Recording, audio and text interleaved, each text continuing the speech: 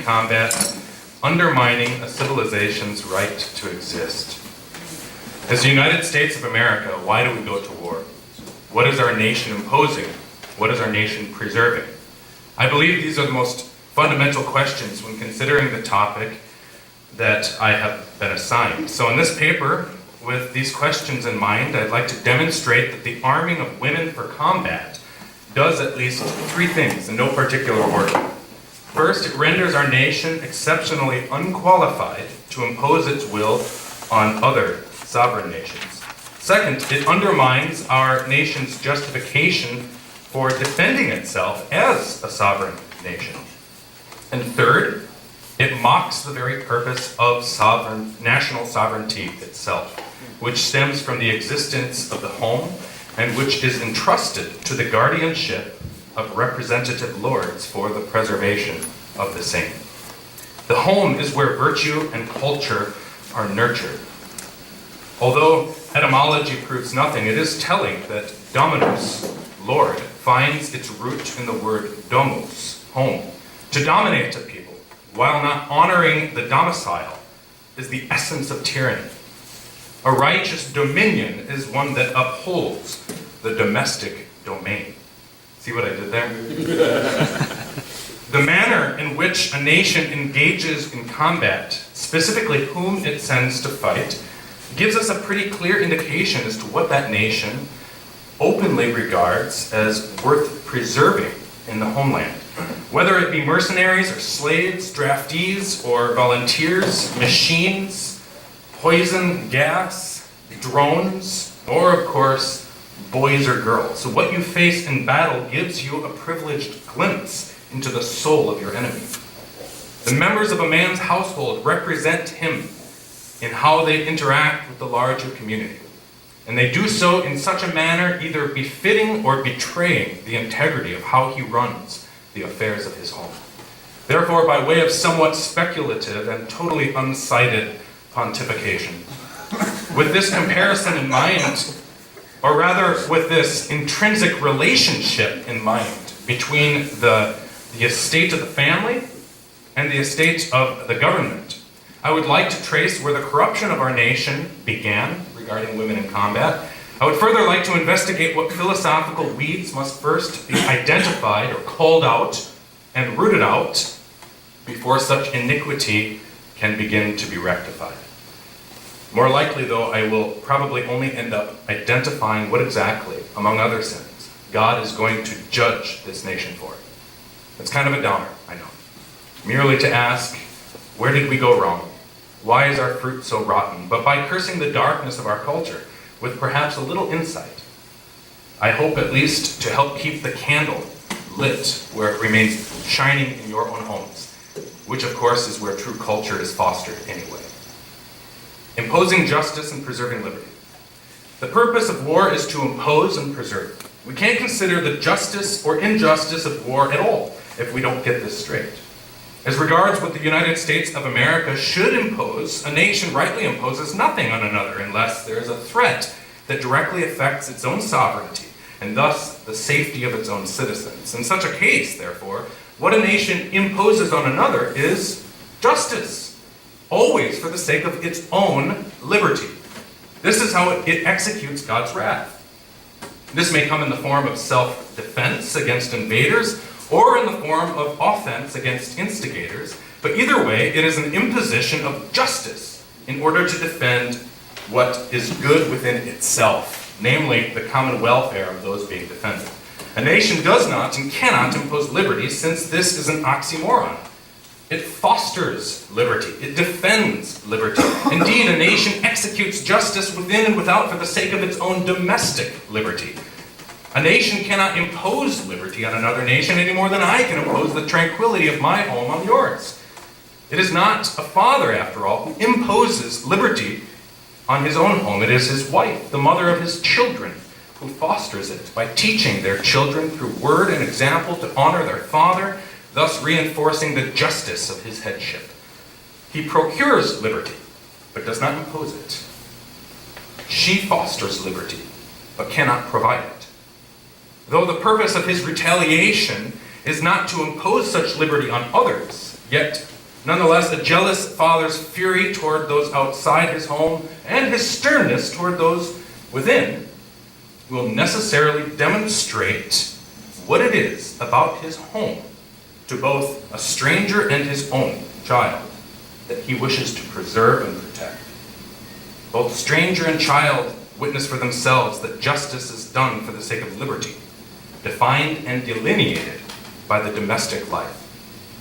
The most I can hope for in affecting your home to be like mine is to influence you by example of success and happiness, and by righteous retaliation in the case that these things are threatened by you or anyone else. By defending it, I'm promoting it, and by promoting it, I'm defending the individuals that comprise it in their various stations. When a community of like-minded householders holds each other to such common standards, this germinates the first seeds of culture and establishes the principal purpose of civil law beyond the home. It is also the basis for those organic means of cohesion, such as covenants of marriage, commerce, and defense, and so forth, by which one influences others and precipitates what is noble and healthy. Righteous rulers are wise, therefore, to facilitate the maintenance and self-sufficiency of the well-ordered home. Pursuing justice doesn't exist in a vacuum. One doesn't see iniquity and address it in order for liberty to spontaneously take its place. No, we pursue justice always to defend that structure which already is. A nation cannot impose liberty on others. Though one might argue with some anecdotal justification that a nation may depose foreign tyrants, I don't know. Yet even then, liberty itself is not imposed. Rather, its opposite is simply opposed, in order that those formerly subjected to tyranny might then be free to suppose that form of government which they deem most fitting for themselves. And this may or may not be a very liberal form of government, created in our own image. The void will more likely be filled by another form of tyranny in the likeness of the one just overthrown. Alexander the Great, for instance, did not spread Hellenism by mere conquest, but by retaining, lest he conquer for naught those natural structures that his new lieges had always depended on to exist. For instance, I might witness the sorry situation of others and actively work to remove an abusive father from his home. And that would be a just end for the father to have him thrown in jail. But it does not necessarily vouchsafe for the life of the wife and children anything better. Unless, of course, I place them under my authority. In such a case, they will likely chafe under my unsolicited patronage, or else they will take it for granted and neglect those virtues and habits that I sought to safeguard, thus negating the purpose of my patronage. This is an indictment against nanny-state socialism, which doesn't take into account the organic and natural place of the home, and also against imperialistic nation-building. Both are wrong. But more specifically, I make this point to demonstrate the connection between justice and liberty in the home, and thus also in the nation. Justice does not create liberty. It is rather executed for the sake of liberty. Liberty is a gift from God. War creates homelessness, fatherlessness, etc., and we engage in war only to protect this for us, not in order to create it for others. Sure, the Iraqi people were freed from Hussein. Saddam deserved to die. But just as the woman whose deadbeat husband is locked away finds another bum to take his place, without the available structure of the domestic political coherence and virtue, such freedom is a fleeting illusion. Either the home is well ordered, or there is no hope to improve the domestic culture. Freedom requires not merely responsibility. That maxim falls short because it fails to consider the conditions under which freedom is always granted. Freedom is the natural result of God-given duties, justly ordered, managed, and protected. What obtains in the home obtains in the nation. Liberty and peace cannot be imposed on a family any more than on a nation. Justice can be executed, liberty must be nurtured in the minds of those who are taught to cherish righteousness and who desire to practice it in peace. And for this, there must be a self-regulated basis undergirding the power of all centralized authority. And there is. And this is what I mean by culture. It requires the distinctive obligations of men who seek justice and women who nurture liberty, being met for the sake of their children, who learning the relationship between the two, perpetuate it where it is best preserved. Nations are improved the same way families are improved. When it happens not merely by the removal of vice, but by the inculcation of virtue. It requires not only the execution of justice, but the nurturing of liberty. The success of a nation is patterned upon the success of a family. Therefore, the means by which a nation promotes its own right to exist, let alone defend itself, is by recognizing the unique roles that men and women play in the home, and by running its own affairs, not merely as a rough model of function, but in a way that encourages and upholds this order as society's highest goal. Just as pursuing justice does not exist in a vacuum, nor does the pursuit of liberty. It has a context. It can't be seized, let alone maintained by just anyone, but only by those who appreciate the natural environment whence such liberal conditions arise. Political freedom is the product of time-tested and virtuous culture. It is nothing more than the wherewithal to impose order upon ourselves and those subject to us. That's what freedom is. Order that is congenial and fitting for the mutual maintenance of peace and prosperity among those who have the same end in common, if not also the same means. Thus, the freedom which we Christians generally mean by the word freedom is properly that which exists in the natural order of creation, of the household, not the personal independence of one who would cut off natural ties to his community and overthrow every social yoke that maintains functional cohesion. As I said before, justice is executed not merely as an end in itself, but with the hope that its fruit might thereby be preserved in so doing. The fruit of justice is liberty among those who earnestly pursue what is righteous. It is a real blessing when our fatherland reflects the same sense of peace, liberty, and justice that our fathers' homes more immediately rely on. To a great extent, by God's grace, it still does, despite the evidence of rapid decay that tends to confirm us in our cynicism. Dictating the common cause. A father dictates. Thus, a home enjoys freedom as it keeps the voice of its head.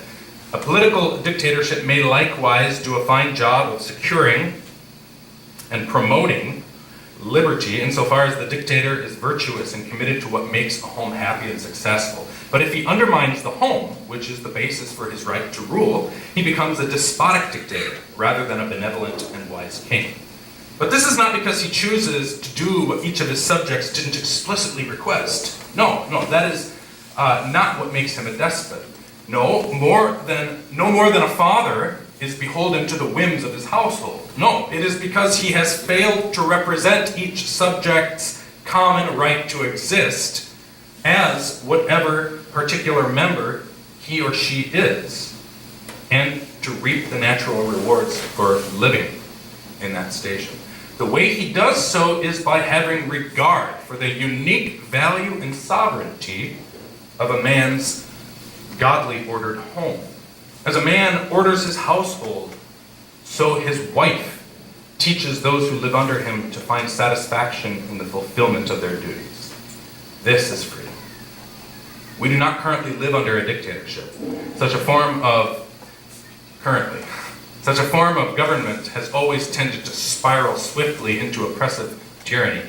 So instead of having rulers rule by the compass of their own vulnerable sense of virtue, our American form of government was wisely devised to represent more safely the virtue of its constituents instead, by a division of the three branches of government and a balance of power, the distinction between the legislative and so forth. And this wasn't so much revolutionary as conservative. It is based on our English heritage concerning the rights of free men. Our rulers dictate, to be sure, but they do so according to their legal obligation to uphold the lot and interests of those they represent. And they have a duty toward the lower magistrates, whose more immediate jurisdiction is the basis for their own, all the way down to the father.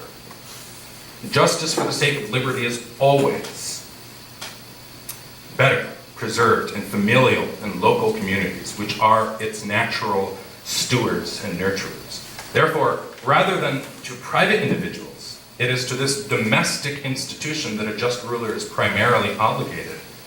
Herein lies the justification for both secession and conscientious objection in cases where it can be justified. Not as personal naysayers, but as heads of homes, primarily. The basis for limited local governance as a principle on which to stand is not anarchistic at all, nor is it some peculiar form of libertinism or modern libertarianism. No, very much the opposite. It is the recognition that the primary referent in the fourth commandment is the parental office of mother and father in the home. That's it. Limited, central, and stronger local control is based on the biblical commitment to and Christian justification for patriarchy, namely the proper order and roles for men and women in the home. Such a government based on representation is also not incompatible with monarchy. What makes a government the centralization of power so much as the negligence of promoting this more basic form of itself, the home. The king protects. The president defends. How? What? What does he protect? People. Well, their liberty. By defending those institutions of God upon which people depend, and upon which the need for and justification of centralization of power is based. That's a long sentence, but it makes sense. Thus, a limited government in line with Christian and natural law, you know what I'm saying, Christian and natural law principles, there you go, is not necessarily limited by power, though practically it usually is. Rather, it is limited by the duty to preserve the domestic estate. This duty is so clearly appealed to in the grievances of the Declaration of Independence. And since this is just a side argument that I'm using to introduce my point, I don't research it, but check it out. They are grievances against the family and local community. And this is also codified in the Bill of Rights. It's very clearly a domestic concern. To raise arms in a free society, therefore, does not indicate a nation's authority over its subjects.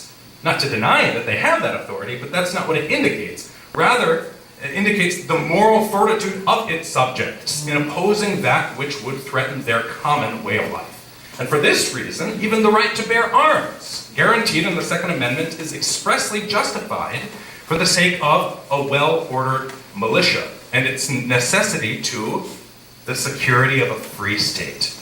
This obviously safeguards personal and self-defense and hunting and so forth. But it is clear that even as these themselves are safeguarded, the primary purpose of this amendment is to protect individuals by means of protecting communities from subversive threats of tyranny over the home.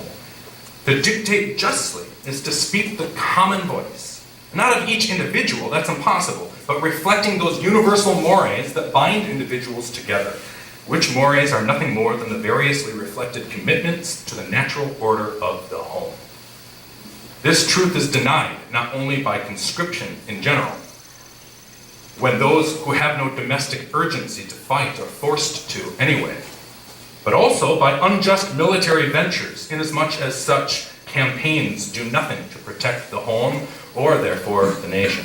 So much more, obviously, is this truth denied when young women are encouraged to abandon their natural roles and to assume the duties befitting their fathers and brothers instead, to pursue justice with no thought as to whose duty it is to foster the liberty that makes the pursuit worthwhile.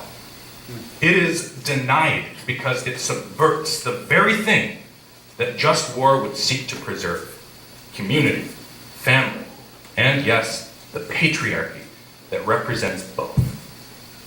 Raising arms bears the soul of a nation. Whatever a nation justly imposes upon another, always being for the sake of its own defense, the real question comes down to what a nation desires to conspicuously preserve in itself. An enemy who faces slaves on the field of battle rightly concludes that, for good or bad, that enemy which he fights seeks to preserve slavery. And so on. All sorts of examples we could come up with. So then, what does an enemy suppose we aim to preserve when he meets one of our women in combat? Well, don't get me wrong, who cares what an enemy nation thinks, right? And yet we must. We do. Even as we invoke God as our witness to our just cause, so we symbolize his favor and approval in as clear and dignified a way as we can by fighting with the integrity, becoming a righteous people. We do so in the presence of those we face. For this reason, we fly our flag in battle so that the execution of justice might have a face in the eyes of those we punish, just as much as so that those punishers we send might know why he is doing it, why they are doing it. And for this reason, our Constitution requires a 2/3 majority, not just to make war of our legislative representatives before we declare war, not just to make it less likely or a final resort, but also because presenting troops on the battlefield, our common commitment to them is thereby represented. For this reason, the Sixth Amendment guarantees that an accused party be confronted with the witnesses against him, not only for his own sake in the case of his innocence, but for his sake also in the case of guilt, to silence any naysayers who would question the justice of his conviction. And so for this reason, the executors of justice who represent our nation in battle, who represent our homes and families, compose themselves with the dignity that befits our righteous retaliation. They represent the cause of the nation and all its constituent parts, the hope for its future in the event that they prevail, and the righteous cry for justice in the event that they fail. A decent respect to the opinions of mankind require that we represent our cause in battle by the very manner in which we wage it. This requires that those who fight in battle be those who at home have the duty to seek justice there as well, not those who have the duty to nurture liberty. A wicked nation ignores the sacred structure of the home in order to defend its homeland. To be sure, a wicked nation could be justified in defending itself. A nation, say, that sends women and children to do their fighting, yet in defeat their blood could hardly cry justly to avenge the nation, and in victory their celebration would only herald the triumph of iniquity. By presuming to sue for justice, it sues for the right to exist as it is, unjust, and so reveals its wickedness by the very act of wanting to preserve and perpetuate its savagery. Take an Islamic country, for example. What they desire to preserve is evil, a caricature and mockery of the order of creation. Yet we can hardly fault them for chafing under the yoke of Western imperialism. They chafe because they want to preserve their filthy culture, to be sure, from what they see as bad, not just the physical threat of our military, but from the cultural influences of our secular apostasy. See, even they are motivated by a preservation of their albeit savage homes. For this reason, we cannot deny that oppressed minorities benefit when such nations are left alone to carry on with their status quo, since even their status quo cannot help but unwittingly uphold a father's right to run his household. For good or bad, patriotism is kindled when a nation fights a war of defense. For good, if the host patria is good. For evil, if the host patria is evil.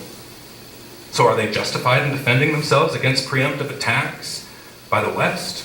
Well, of course they are. So is any nation. God blesses a just cause, and yet it is either a nation's virtue or right to exist, or else a nation's vice and worthiness to be conquered, that shines forth when it takes to arms to defend itself.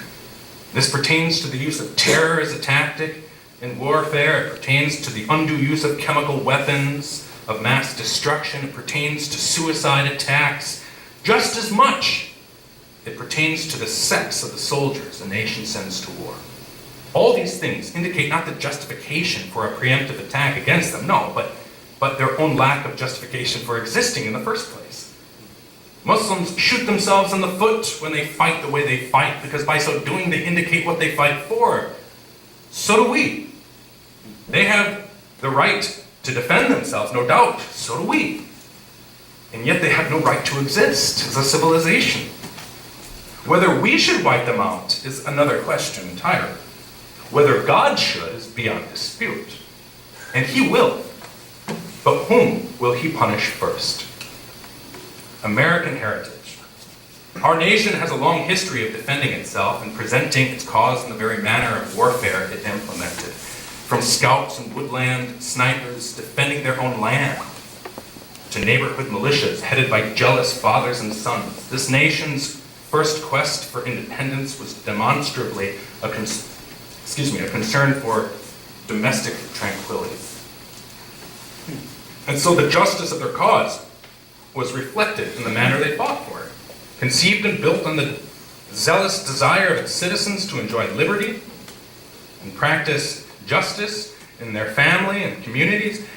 The causes which impelled them to rise to arms for independence were fundamentally those unlawful impositions on their homes, as well as on those commercial institutions designed and intended for the preservation and promotion of the same. This has clearly changed, or rather, history has repeated itself. By sending girls into battle, no less than nation-building, imperialistic hegemony, or taxation without representation, it is quite clearly not the preservation of the home that our nation currently aims to promote. It is a mockery of the home. And we see this in several other issues. For this reason, the merit of that ostensible, this is a tough sentence, so listen. I kept it because I think it's good. For this reason, the merit of that ostensible cultural foundation of Western civilization, that is, the Christian church, which even our deist founders knew enough to acknowledge, is mocked by the nations on account of those presumptive tyrants who present in battle not what makes our nation fit to survive, but what indicates the deep decay that even savages find abhorrent. Even if it were a just war that they were fighting, imagine if our troops flew a rainbow flag when they overtook some terrorist cell, instead of that flag which presumably represents the virtue that our homes work to secure. Well, this is the practical symbolism of sending women to do men's work. They fight for freedom, they say. Well, what does that even mean? Freedom is not synonymous with autonomy any more than justice is synonymous with totalitarianism. To fight for freedom is not to fight for self-realization.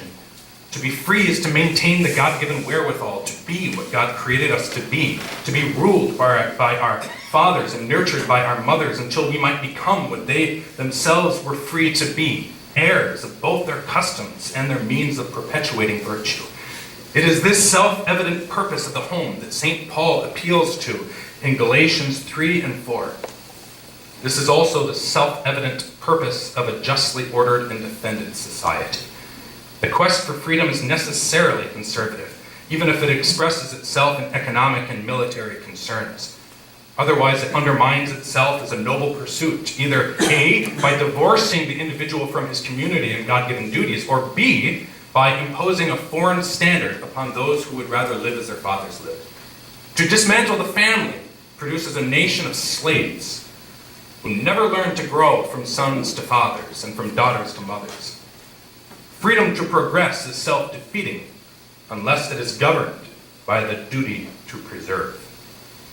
And this, of course, with any war, the purpose is not just a rat trying to save his life. The purpose is something greater than individual self-defense. Like we heard yesterday, it's to protect that which has been committed to your care. The so-called Revolutionary War, better titled the War for Independence, was a conservative resistance against tyranny, not a progressive retaliation against convention. It was fought not so much to start a new thing, but to preserve an old thing. It was not a propositional idea, something that reason told them was theirs to take by force if it were ever denied. No, it was an experiment commended to the providence of God. They sought to implement something that was already theirs, rooted in common law tradition and bequeathed to them as a domestic patrimony, but it was in danger of being stolen, as it is always wont to be. That is why they did not declare independence with a logical syllogism explaining why they should be free. Everyone should be. No, they didn't do that. No, they gave a rhetorical appeal to the justice of their cause, to govern themselves as free men born of free men. And for this reason, they came not to mathematical conclusions as to every man's right to be free. No, every man is created equal, but not right to be free. Instead, they pledged their lives in sacred honor to each other for the preservation of that which they inherited. The reason, and that means every man is created equal, but not every culture is equal. Not every man is then fostered in an equal environment to be equal. That's not how it works. So that's my point. The reason this matters is because the right to sue for independence is not something that one can prove he has by a bare appeal to reason. This would presuppose that, a lot of this is pontification. This is just uncited things that I actually had the privilege of hearing from Professor Christian Koff, who teaches at the University of Colorado Boulder. He spoke at the Rockford Institute a couple of years ago, and I gotta give him credit for this distinction here. It's very enlightening. The reason this matters is because the right to sue for independence is not something that one can prove he has by bare appeal to reason.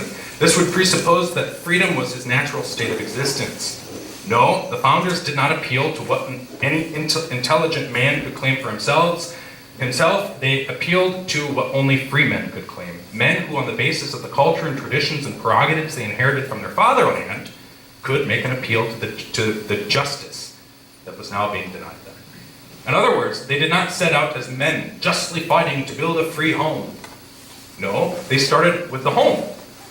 And for its preservation, men carried on with their duties to protect it for the sake of the women and children who carried on with their duties to nurture it.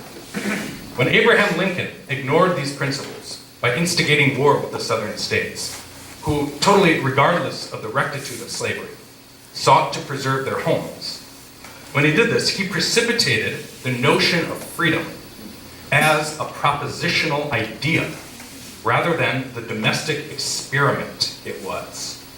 No longer was war regarded as primarily to defend oneself, because no longer was sovereign government primarily to represent and protect the home as free householders saw best fit to run them. So central power trumped the domestic state that it represented. Mid-war, Lincoln's justification for fighting got tied up with the sanctimonious abolitionist movement so as to present the cause as a cause for justice. Many northern supporters thought they were defending their homeland because of that. But they weren't, necessarily. I don't want to get into this argument, but they were fighting for the triumph of an idea. And if you read Lincoln, for the sake of length, I suppose I could have given footnotes, but if you read Lincoln, this is demonstrably the case. Look at the end of his Gettysburg Address, where he says, "A free nation of the people, for the people, by the people, shall not perish from the earth." It's a propositional idea that you fight towards, rather than that which you meekly and at last resort raise arms to defend. Right? Lincoln was they were fighting for the triumph of an idea of freedom, divorced from the place where freedom is nurtured. And this is also a product, and it lends to a little of both, to the social gospel that was spreading throughout the continent. And in practice, it, I have notes here, but in practice, it just, it does make it difficult. That's my note. Like as Sam was saying, to carry through in battle, when you don't have a dog in the fight, it's when you're defending your home. That's why I asked the question I asked. When you're defending your home, we all say it. Maybe the psychological aspect is true. We all say, "I'll kill him," right? It's the castle doctrine. The man's house is his castle. That's an invasion. I'll kill him. And I think that's more likely than when you are fighting someone for an ideal, unless you're a fanatic, right? Freedom is a lofty idea, disconnected from the home, let alone the homeland. It has been growing in the minds of our nation ever since. This has had consequences. So it's not just since 1950 I think this, I'm sure it's older than the Civil War too, but it's certainly very different from the War for Independence. Just representation within a free society. I have 30, I have minutes. Freedom's just another word for nothing left to lose. So sang the hopelessly placeless Janis Joplin, who died of an overdose of freedom in her late 20s. She didn't know what freedom was. She was taught that freedom was the state of having no tethers binding you to anything, hence nothing left to lose. With that in mind, you have to pity her. This reflects the false and hopeless understanding of freedom by most people today. And they are pitiable, to be pitied. When liberty is defined as an individual state of being, children are raised to regard their most felicitous status to be outside of the home, freed from the constraints of patriarchy. Being freed from the patriarchy, they cut themselves off from the matriarchy, through which those useful prejudices necessary for freedom are ingrained. It is through these home-nurtured prejudices that one is enabled to navigate as a truly free person who benefits society at large rather than roam as a vagabond who lives as a parasite on domestic virtue and success. Such an understanding of placeless freedom does not promote virtue. It cannot, since one is thereby encouraged to seek his own above others. When the matriarchal duties are abandoned as oppressive, since they do not tend towards autonomy, but undesired service instead, then the patriarchal duties, detached from that noble context that justifies its priority, are also attacked as a threat to personal fulfillment. As the family decays, so does the fabric of society, and vice versa. So while men seek to maintain order and women have nothing to nurture, it is only natural that feminism should swoop in to offer a brand new raison d'etre to replace the one just abandoned. In other words, seeking justice outside the home. As individual agents, people are likewise left to pursue tranquility outside that divinely ordained structure of the home, where each sex, age, and measure of talent finds its useful and beautiful function. What caused what, I can't presume to know. Surely both libertinism and feminism are hand in hand among the most ancient forms of sin. The practice of sending women to combat reflects our culture as much as it deforms it. Inasmuch as feminism seeks to define womanhood apart from its natural use and unique benefits to others, its fruits can be identified also by critiquing the cult of individualism. As regards the purpose of warfare, we can trace this social illness in the shifting motivation for Americans to fight for their country. Remember those recruitment commercials in the 90s? Be all that you can be in the Army? We made so much fun of that. Or later on, Army of One. Other examples might come to mind. No longer is patriotism promoted by speaking of the enduring value of the homeland, but by speaking of the potential to improve and fulfill oneself. It's almost like it has already been conceded that there is nothing that ties our soldiers together on the battlefield as they fight for house and home, any more than a group of jocks, each of whom hope to reap as much glory as possible. There is no I in team. Sure, we must all work together. And they know that, right? They do it. But the end goal and motivation for success is encouraged not by appealing to the permanent things that unite these boys as sons of the same fathers after the game is done, but by promises of fealty to the almighty me. Instead of being encouraged to come and fight for a cause that they all share and that their sisters depend on, a cause that binds them together as a nation, they are recruited by appealing to their common commitment to no one but themselves. If our boys, then why not our girls? Are they not just as autonomous? Do they not have just as much freedom? If men are to be men unto themselves and not for the sake of their sacred duties to home, why should a woman tend to that boring and increasingly empty abode, which is no longer even the thing that boys are encouraged to fight for? If for me I fight, for the idea of freedom that I also want, why should girls feel excluded? I think this is as shallow as the argument really is. As these latter generations are encouraged to represent their nation by force, so they were just first encouraged to represent their nation by voice. Again, this is not a voice of community, but of individual. They are taught to function as a whole, as a necessary evil for the sake of the individual. We hear this. The government is a necessary evil. That is wrong. It is instituted by God. He instituted it when he gave Adam dominion over creation and also a fruitful wife, and when he confirmed Noah's duty to shed the blood of anyone who violently seeks justice outside of the rule of law. Civil government is an extension of the home for the preservation of the home. The purpose of government is not to represent individual needs, except as it represents the foundational institutions whereby God meets those needs. This is why and give us this day our daily bread, we pray for good government. Because this is how God gives you your daily bread, right? A democracy, as it is understood today, is therefore a monstrous caricature of representative government. Universal suffrage undermines the purpose of legitimate government because it fails to promote the more fundamental duty of householders, lords, patriarchs, and boys being trained to be actual men. This duty is to rule, protect, and represent that microcosm of society known as the family.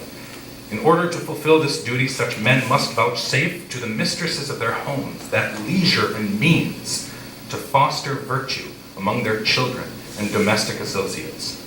He does this not only by supporting the home financially, but by facing every threat against it. As Psalm 127 says, they shall speak with the enemies in the gate. The very purpose of representative democracy, therefore, is for heads of home to represent the needs and rights of their households, while his children are like arrows in the hands of a warrior, which he raises up to fight off foreign and domestic threats that would subvert their tranquility. It is not he who fills his quiver, but God.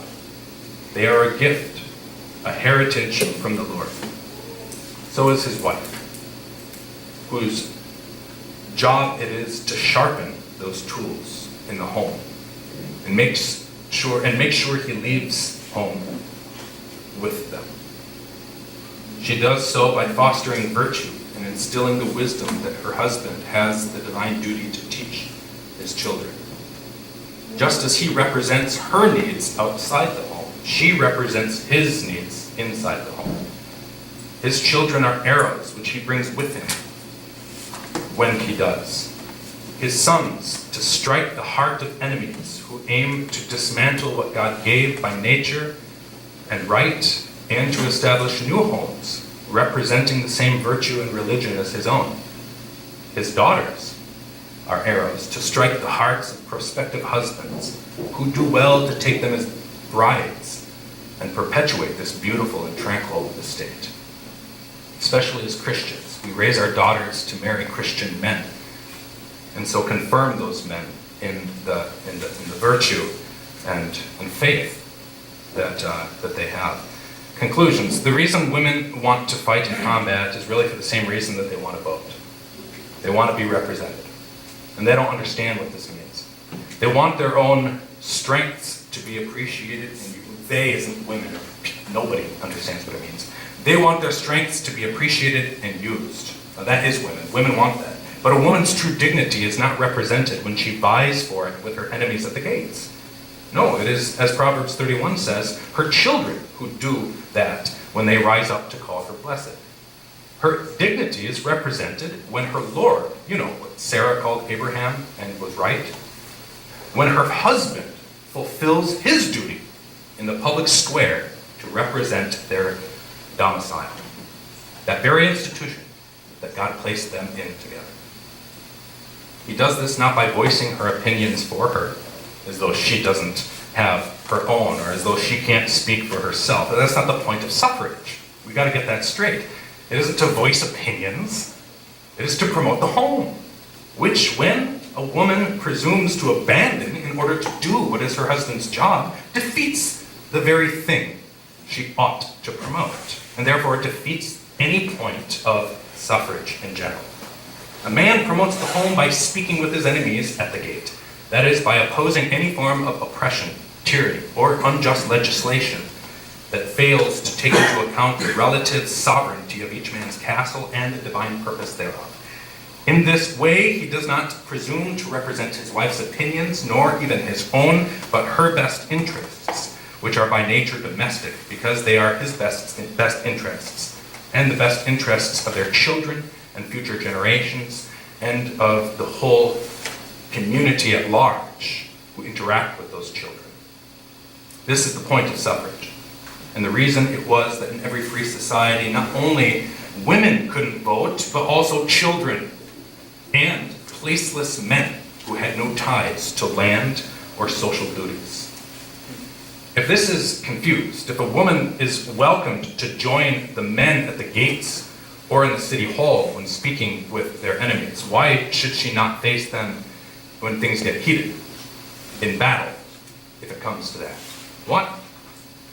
Well, because it undermines the home. That's why, and that's the only reason. It's the only objection. Otherwise, we are inconsistent. And undermining the home, it undermines the justification for a nation to call itself free or to sue for justice in its quest for preservation. By usurping the duty of her man, a woman steals it unwittingly and causes those duties that make him great to appear as overbearing hindrances to her own self-realization as an autonomous individual. When matriarchy is regarded as impoverished without the right to speak out and fight outside the home, patriarchy is necessarily become a seemingly tyrannical yoke when fathers seek to run the agenda of public affairs. It is true that women face threats too. When the threat comes home, she is particularly fit to defend herself and her own. And I'd like to quote Rudyard Kipling just a little bit, because he says it so eloquently. But the woman that God gave him, every fiber of her frame, proves her launched for one sole issue, armed and engined for the same, and to serve that single issue, lest the generations fail. The female of the species must be deadlier than the male. She is wedded to conviction in default of grosser ties. That's such a great line. She's married to her husband. That's the grosser tie. And because of that, she is wedded to conviction. Or nonetheless, she is wedded to conviction. That's what makes her what she is. She is wedded to conviction in default of grosser ties. Her contentions are her children. Heaven help him who denies. He will meet no suave discussion, but the instant white-hot wild, awakened female of the species, warring as for spouse and child. But such deadly force, when unleashed outside of that sphere for which she was made, and for which we hope our wives to be, right? When it's unleashed, it is catastrophic. Talk about undue force, right? As a social weapon, she is intended for domestic defense, not foreign invasion. And she is needed there. Our first defense, however, is not in retaliating against unforeseen threats. It is by confirming and inculcating those prejudices and virtues that her head and their father taught by divine command, which prejudices and virtues he also defends by both public voice and raised arms. And this is the horrible irony and tragedy of feminism. It seeks to liberate, but true liberty is found where women uphold justice and when those whose job it is to safeguard it.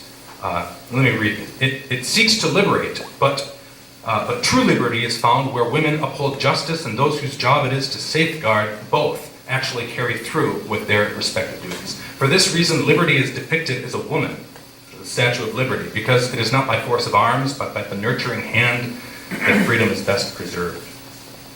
As children learn to speak from their mother, as Christians learn to speak from the church, what makes both the family of man and the family of God what it is meant to be is when there is no substantial dissonance between husband and wife and between Christ and his bride.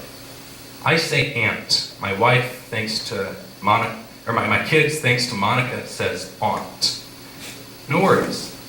She has done her job.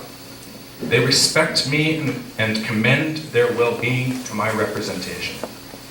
God speaks clearly on the issue of men and women. We often find it difficult to apply the situation as we should. We see a mystery. Well, no worries. This is a note, as Gilead is not our promised land, we fight not to preserve some paradise here on earth, some paradise of freedom. And so we can't get too romantic here, but for the sake of the perfect freedom already won by Christ. Men leave women, children, and goods at home in Gilead, that is in their proper stations, in order to contend for the freedom to live as a Christian. And this is the purpose of war. It is for the sake of life. This issue is important because just as he who fought and won joined a family to do so, growing in wisdom and stature, being subject to Mary and Joseph, so also we find that the most convenient and natural and commanded place to rule our children as gracious lords, to teach them the gospel, and to leave them in the nurturing care of one who believes it, is in the home. That's why God gives it to us. We honor God and uphold the institution he has given us for our mutual benefit. And thus, upholding them in our relationships, we justify fighting for them against all foes, domestic and foreign. Now, domestic. This is the question, perhaps, I'm expected to address. And I don't have a solution. I'll leave that for discussion. But suffice it to say that as pastors, we address this issue by speaking clearly, or more clearly than we have, on the roles of men and women in the home, and how this relates to the first estate, the church. Maybe then, the self-evident use of women in the third estate, the state, will return to the consciousness of those who have been taught to deny it. Thank you.